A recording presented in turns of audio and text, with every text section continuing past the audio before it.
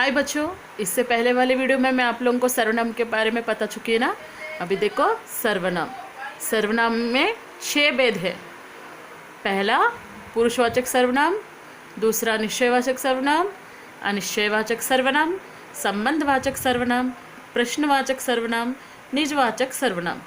तो सर्वनाम में 6 भेद है। पुरुषवाचक, निश्चयवाचक, अनिश्चयवाचक, संबंधवाचक, प्रश्नवाचक, निजवाचक। चलो बच्चों, अब इसके बारे में और थोड़ा जानकारी पाएंगे। ठीक है के बच्चे, सर्वनाम के 6 प्रकार है ना। इसमें पहले वाला है पुरुषवाचक सर्वनाम।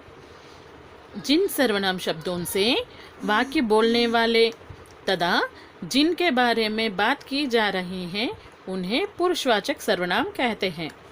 जैसे मैं, हम, तुम, तू, वह, वे आदि।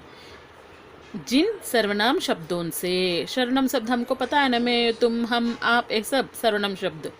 जिन सर्वनाम शब्दों से मतलब वाक्य में जिन सर्वनाम शब्द आते हैं उसके साथ वाक्य में बोलने वाले तथा जिनके बारे में बात की जा रहे हैं। हम वाक्य में किसी के बारे में बोल रहे हैं या उसके बारे में बात कर रहे हैं, उन सर्वनाम शब्दों को पुरुषवाचक सर्वनाम कहते हैं। समझ में आया ना बच्चों।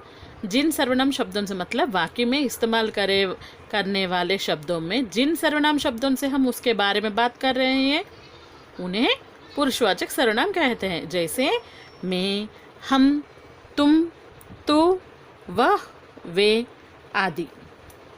तो बच्चों देखिए, मैं सर्वनाम में सेकंड क्या है, निश्चयवाचक सर्वनाम या संकेतवाचक सर्वनाम। जिन सर्वनाम शब्दों के द्वारा किसी व्यक्ति, वस्तु या घटना आदि का निश्चित पता चलता है वे निश्चयवाचक सर्वनाम कहलाते हैं।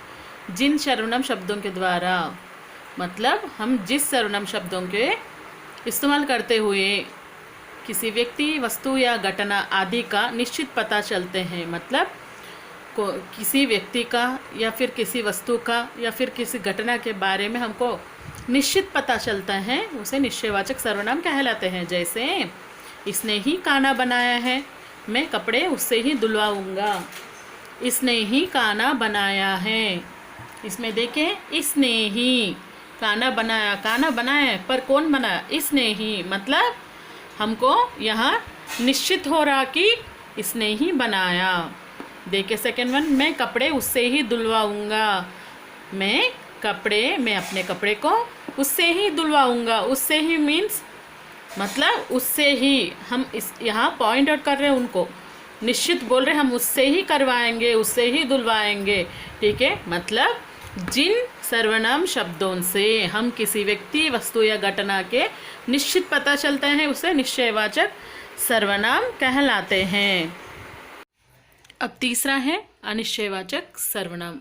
अनिश्चयवाचक सर्वनाम मतलब निश्चय मतलब उसको ही सूचित करना, निश्चित रूप से बोलना। अनिश्चित मतलब स्पष्ट नहीं है, स्पष्ट रूप से बता नहीं सकते, तो इस सर्वनाम को अनिश्चयवाचक सर्वनाम कहते हैं। जो सर्वनाम शब्द किसी व्यक्ति, वस्तु, स्थान या घटना का निश्चित बोध नहीं कर पाते वे अनिश्चयवाचक सर्वनाम कहते हैं। इससे पहले वाले उसमें बोली ना मैं, सेकेंड वाले में निश्चयवाचक सर्वनाम क्या है? जिस सर्वनाम शब्दों से किसी व्यक्ति, वस्तु, स्थान या घटना का निश्चित बोध हो वो निश्चयवाचक सर्वनाम। जिन सर्वनाम शब्दों से किसी व्यक्ति, वस्तु, स्थान या घटना का निश्चित बोध नहीं करा पाते वे अनिश्चयवाचक सर्वनाम कहलाते हैं। देखिए, निश्चय और अनिश्चय में फ़र्क क्या है। जिन सर्वनाम शब्दों से किसी व्यक्ति, स्थान या घटना का निश्चित रूप से पता चलता है वो निश्चयवाचक, जो पता नहीं चलता है वो अनिश्चयवाचक।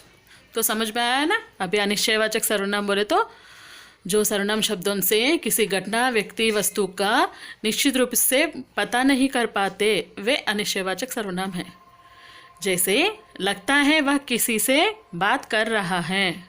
लगता है वह किसी से बात कर रहा है, वह किसी से बात कर रहा है पर वो कौन है हमको पता नहीं। तो यहाँ पता नहीं चल रहा ना हमको, वहाँ तो कोई है पर उसके बारे में पता नहीं चल रहा, तो ये क्या होता? अनिश्चयवाचक सर्वनाम होता। सेकंड देखिए, दरवाजे पर कोई खड़ा है। दरवाजे पर कोई खड़ा है मतलब कोई तो खड़ा है पर वो कोई हमको पता नहीं है। तो ऐसे कोई, किसी, ऐसे सर्वनाम शब्दों को जहाँ इस्तेमाल करते हैं वो अनिश्चयवाचक सर्वनाम है। अब देखिए बच्चे, 4th वन, संबंधवाचक सर्वनाम।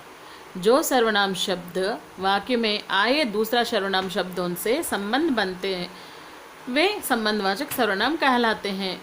मतलब वाक्य में जो भी सर्वनाम शब्द हैं वो वाक्य में आए हुए दूसरे सर्वनाम शब्दों के साथ संबंध बताते हैं, वे संबंधवाचक सर्वनाम कहलाते हैं।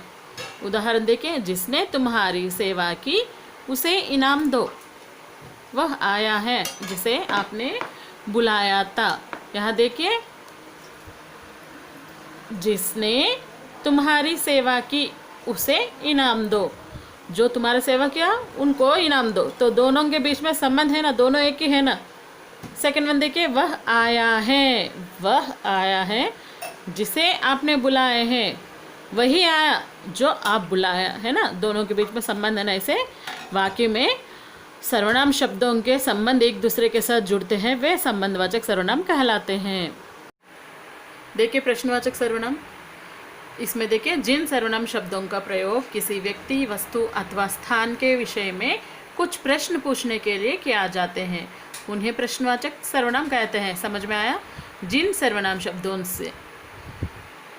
सर्वनाम शब्दों का प्रयोग किसी व्यक्ति, वस्तु अथवा स्थान के, मतलब किसी भी विषय में जिस सर्वनाम शब्द के उपयोग करते हुए प्रश्न पूछा जाते हैं उसे प्रश्नवाचक सर्वनाम कहा जाते हैं। मतलब सर्वनाम शब्द को इस्तेमाल करते हुए प्रश्न पूछा जाने वाले शब्दों को प्रश्नवाचक सर्वनाम कहते हैं। जैसे दरवाजे पर कौन खड़ा है? दरवाजे पर कौन खड़ा है? कोई तो है। हम कैसे पूछ रहे उसको? कौन खड़ा है? पूछ रहे ना, प्रश्न पूछ रहे ना।